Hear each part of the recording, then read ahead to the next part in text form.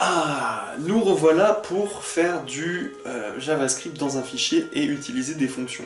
Ça fait un beau programme, mais tu le sais, toi et moi, on est vraiment très motivés. J'espère que je ne serai pas fatigué avant la fin. J'aimerais te faire encore cet épisode et un autre pour que tu puisses commencer à utiliser jQuery, un framework JavaScript qui te permettra de manipuler les éléments sur ta page. J'ai pas la prétention de tout faire en jQuery, ni avec les fonctions, mais au moins tu auras vu. Je te partage mon écran afin que nous ne perdions pas plus de temps en palabres. Nous en étions donc ici, avec ce superbe site internet, cette superbe page internet, web. Voici notre éditeur de texte. Nous avons dans cet éditeur de texte inclus bootstrap.css, donc un fichier CSS. Maintenant, nous allons créer un fichier JavaScript de la sorte. Nous l'appellerons app.js. .js signifiant JavaScript. Et maintenant, nous allons chercher sur Internet include non plus CSS in HTML, mais JS in HTML. Je te l'ai dit, l'important, ce n'est pas de le savoir.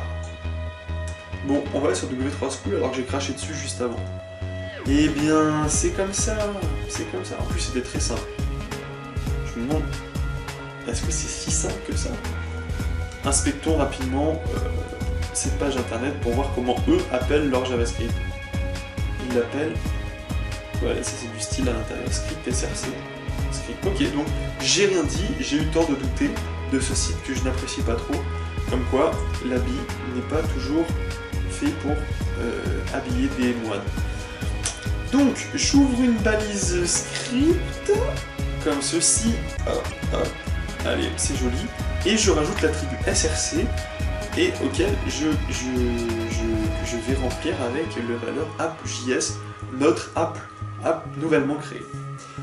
Qu'est-ce qui se passe dans notre page? Rien du tout. Bon, ça je sais pas à quoi elle est due cette erreur, ça me pète un peu les couilles, parce qu'on a l'impression que je fais n'importe quoi. Mais ça, c'est parce que j'ai rajouté Bootstrap. La preuve en image, si j'enlève Bootstrap, je suis sûr que ça me pète plus les couilles. Regarde, ça me pète toujours les couilles. Bon, peu importe, je réfléchirai une autre fois à comment résoudre ce souci. Je sais pas trop à quoi c'est dû, mais c'est pas le sujet.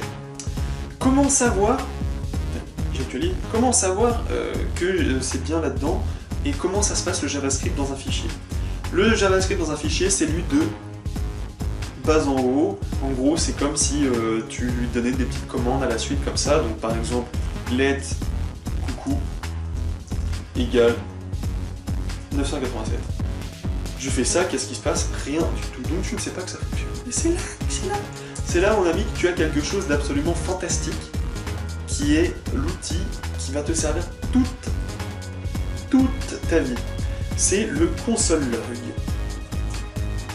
Le console log permet d'afficher des choses dans ta console. Donc par exemple, pour être sûr que par exemple j'ai bien lancé que app.js est bien inclus dans le HTML, je vais dire salut comme ça.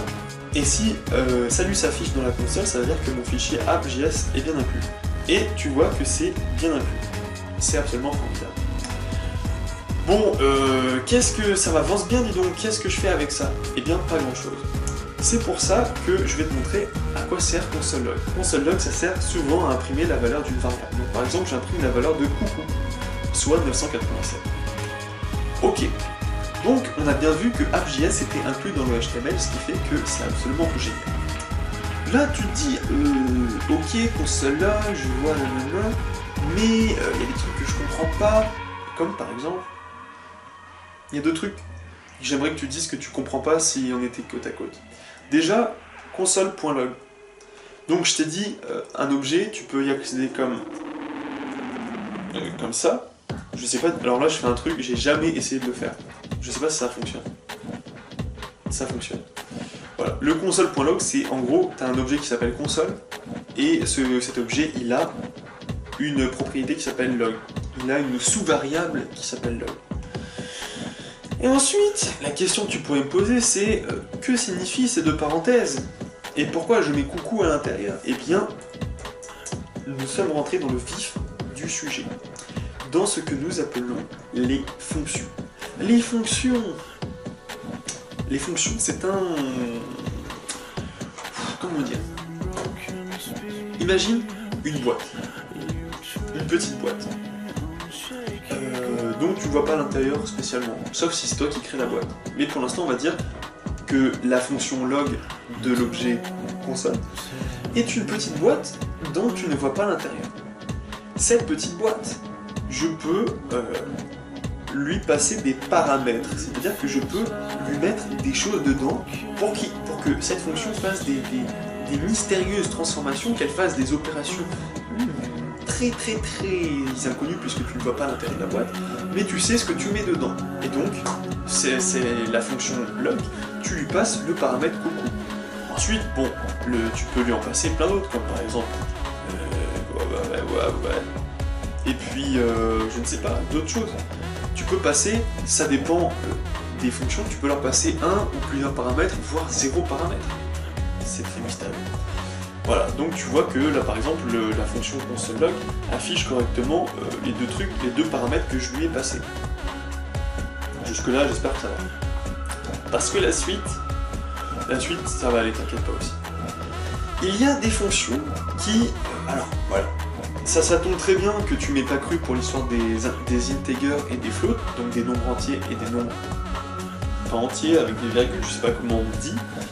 Il y a des méthodes qui s'appellent parseInt et parseFloat. Par exemple, parseInt permet de, comme tu le vois dans la définition affichée ici, qui a disparu malencontreusement quand j'ai... Hop, voilà. Je vais par exemple lui écrire... Ah bah, coucou, tu vois, coucou, ce n'est pas un chiffre. Regarde. Je l'ai mis entre guillemets, ce qui fait que c'est donc plutôt un string. La preuve en image. J'ai demandé quel est le type de coucou, il m'a dit que c'est un string. Et bien ça tombe bien parce que la méthode parseInt attend un string. Donc j'ai envie de transformer mon coucou en integer. Sauf que si je fais ça,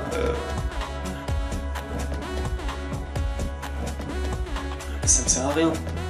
Ok, il y a quelque chose qui va me transformer mon coucou en entier, mais je le verrai jamais. Alors, comme cette boîte, elle peut recevoir des choses, cette boîte, elle peut aussi faire sortir, non pas des choses, mais une seule chose. Cette boîte, les fonctions peuvent faire ressortir une chose. Une seule chose. C'est comme ça. Donc, je vais récupérer la valeur de coucou dans une nouvelle variable que j'appellerai coucou entier, comme ceci. Et puis, je ferai un petit console.log pour m'assurer que le coucou entier a bien la valeur 987 et aussi que son type est bien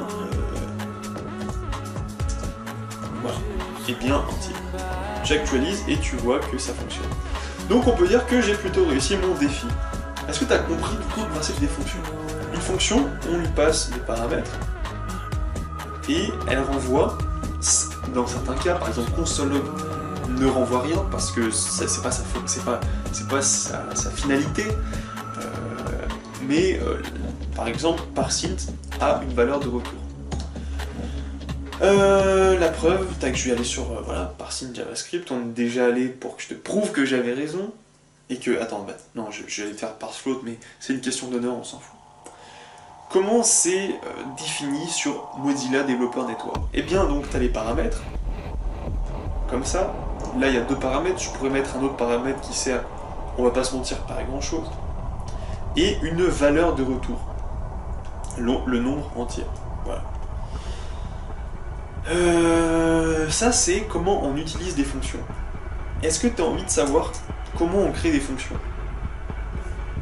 J'ai l'impression que tu as envie. Eh bien, c'est très simple. Au lieu d'écrire let ou const, ou variable, mais il ne faut jamais l'utiliser, tu fais fonction. Ça veut dire que ce que tu vas écrire après sera une fonction. Cette fonction, eh bien, j'ai envie que elle me fasse des additions.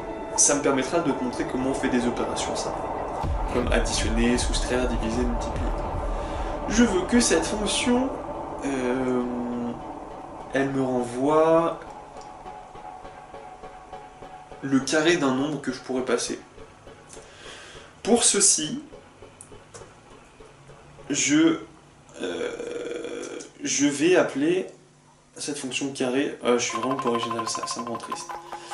Et cette fonction carré, je vais lui donner un paramètre qui s'appellera nombre. Et dans cette fonction, je vais effectuer une opération très complexe qui est nombre multiplié par nombre. Multiplier, c'est l'astérisque. Astérisque. Additionner, c'est quand même pas compliqué, c'est plus. Soustraire, c'est moins. Diviser, c'est slash. Mais là, nous, on veut le carré. Ok. Donc, on a cette fonction. Pour que cette fonction renvoie quelque chose, on utilise le mot-clé return. Et donc, maintenant qu'on a défini cette fonction, eh bien, nous allons créer une variable qui s'appelle let au carré, qui est égal à carré de coucou entier. Si j'avais mis coucou direct, si tu multiplies un string par un string, il se passe des choses que tu n'as même pas envie de savoir. Moi je sais pas. Et d'ailleurs c'est très amusant.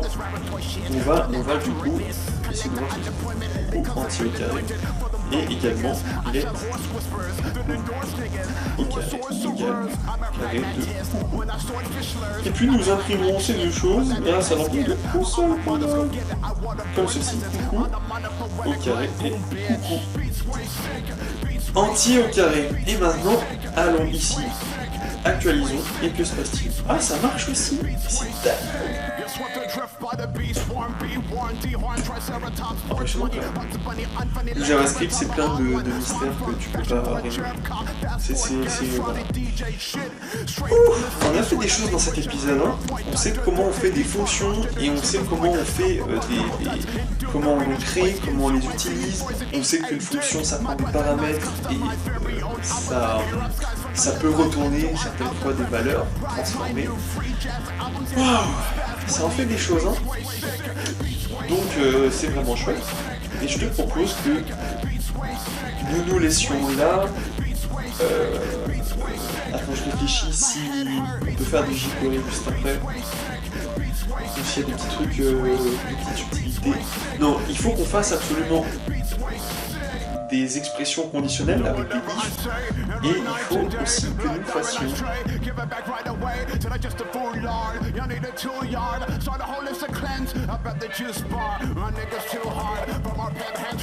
des fonctions un peu plus compliquées, parce que là je t'ai déjà cassé le crâne, je vais te montrer des trucs un peu plus complexes. Voilà. Donc prochain épisode, avant le jQuery, ça sera les fonctions un peu chiates. A tout de suite.